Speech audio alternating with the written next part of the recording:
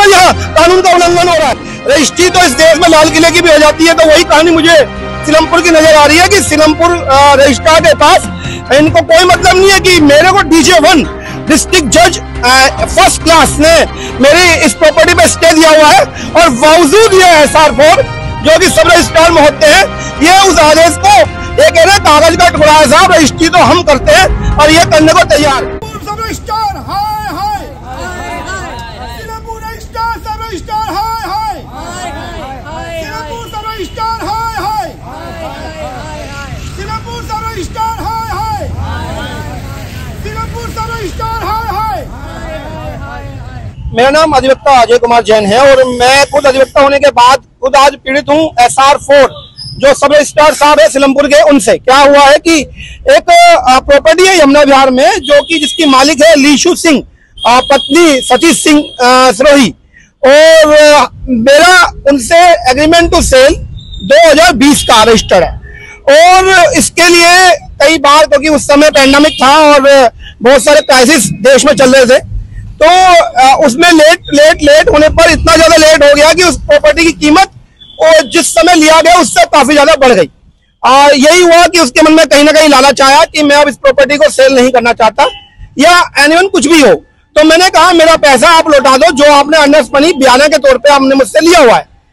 उसने उसको भी देने से डिनाई किया, तो मैंने फिर कोर्ट का रुख किया और कोर्ट ने मेरे डॉक्यूमेंट्स को देखते हुए, मेरी सारी बातों को सुनते हुए प्रॉपर्टी पर स्टे लगा दिया, जिसके रिगार्डिंग मैंने एक हैंडसम मनी कोर्ट फीस के तौर पर भी कोर्ट में सबमिट की है।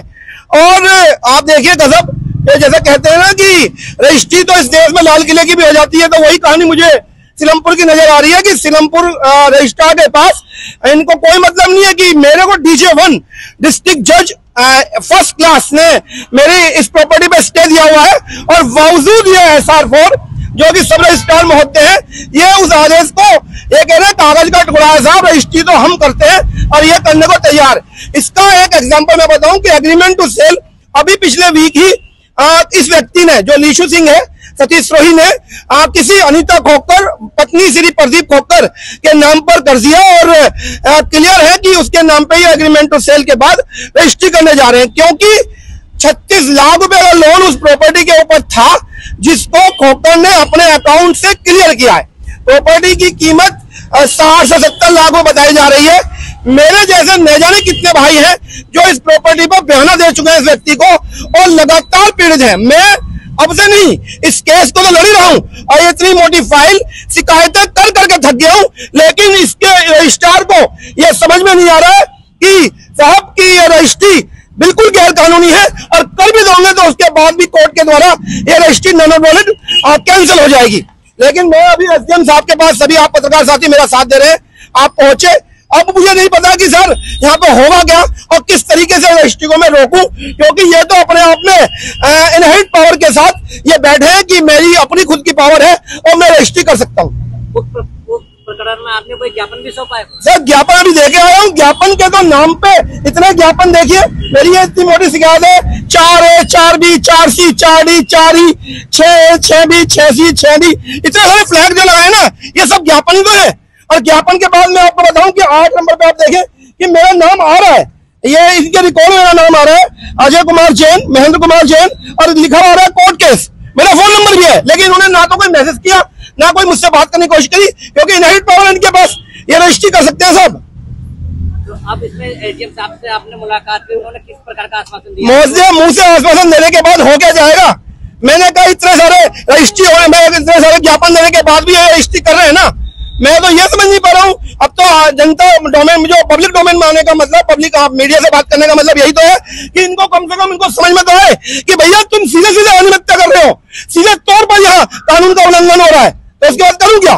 मीडिया के माध्यम से क्या कहना चाहते हैं? मीडिया के माध्यम से नहीं कहना चाहता हूँ, मेरी बात इनको, इन बहरों को समझ में आ जाए, ये अपनी पावर दिखा रहे हैं। मैं भी खुद अधिवक्ता हूँ, ऑफिसर ऑफ द कोर्ट मैं भी हूँ, और मेरे साथ भी बाहर खड़ी है, और यदि बाहर के लोग, मैं अपने बाहरों को उनको कहूंगा मेरे साथ ही आदमी ऐसा कर रहा है, तो हम जनता के साथ क्या करता होगा?